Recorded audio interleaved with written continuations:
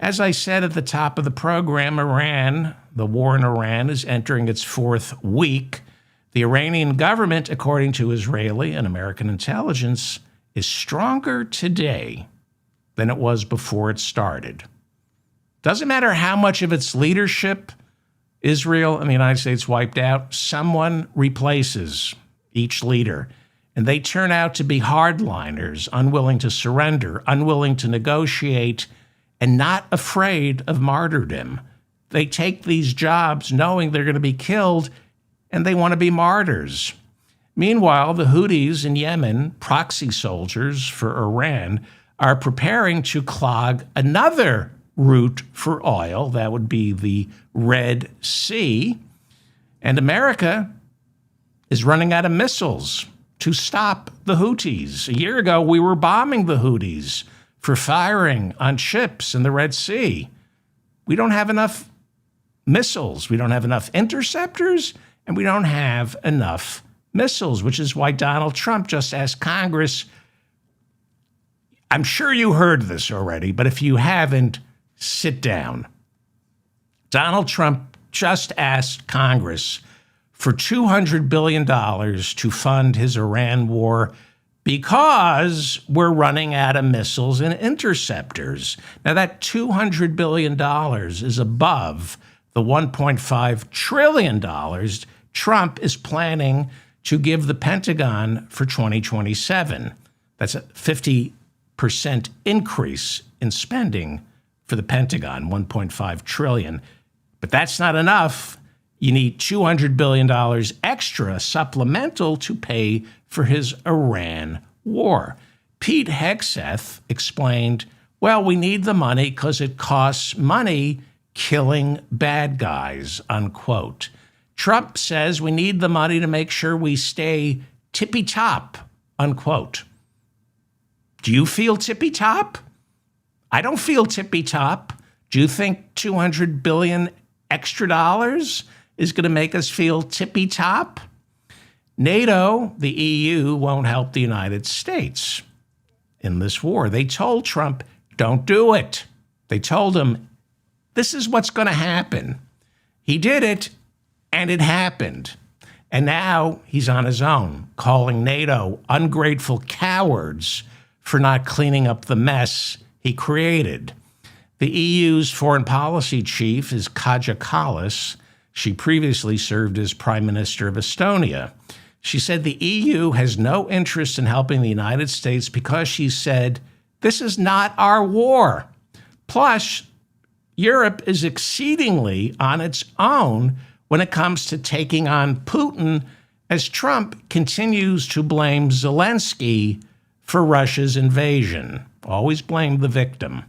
Alexander Stubb, the president of Finland, that's a country that just joined NATO in 2023. Finland just joined NATO because of Russian expansionism. Alexander Stubb, the president of Finland, now warning that thanks to Trump, there is now Europe and there is the United States. He said, at least for the time being, the two are not necessarily on the same page. Trump's war in Iran couldn't have come at a more opportune moment for Vladimir Putin. Putin's economy had zero growth, with Biden-era sanctions on Russian oil making it harder and harder to fund his war. He was racking up debt. But Trump just lifted sanctions, Biden-era sanctions on Russian oil, in order to keep the price of oil somewhat affordable. Russia now has an additional $150 million each day flowing into its coffers, and it's estimated that about 40% of Russia's war budget is funded through oil. We are now seeing oil going for more than $110 a barrel. It's gotten as high as $120 a barrel. Here in the United States, where we're accustomed to cheap gas, compared at least to Europe, right now, a gallon of gas is the highest it's been in 4 years. On average, it's selling for about $3.91. they're saying be prepared to pay more than $4 a gallon, self-serve. Goldman Sachs telling investors that it's a safe bet right now to assume a barrel of oil will be selling in the triple digits going deep into 2027.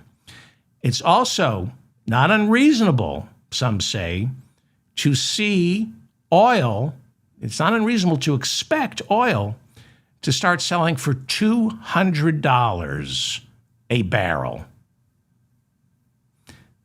Unless, of course, this war plunges the world into a global recession or a depression, in which case nobody needs oil and prices will start coming down.